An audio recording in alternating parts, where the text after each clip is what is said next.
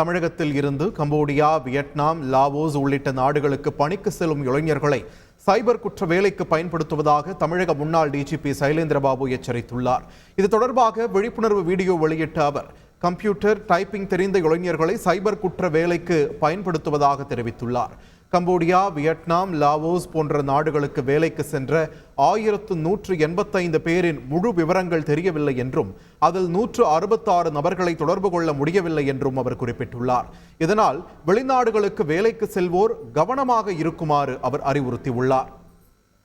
Computer typing இது போன்ற விஷயங்கள் தெரிஞ்ச இளைஞர்களை வேலைக்கு சேர்த்து அவங்கள அங்கே கொண்டு போயிட்டு அவங்கள சைபர் குற்றங்கள் பண்ணுறதுக்கு எம்ப்ளாய் பண்ணுறாங்க.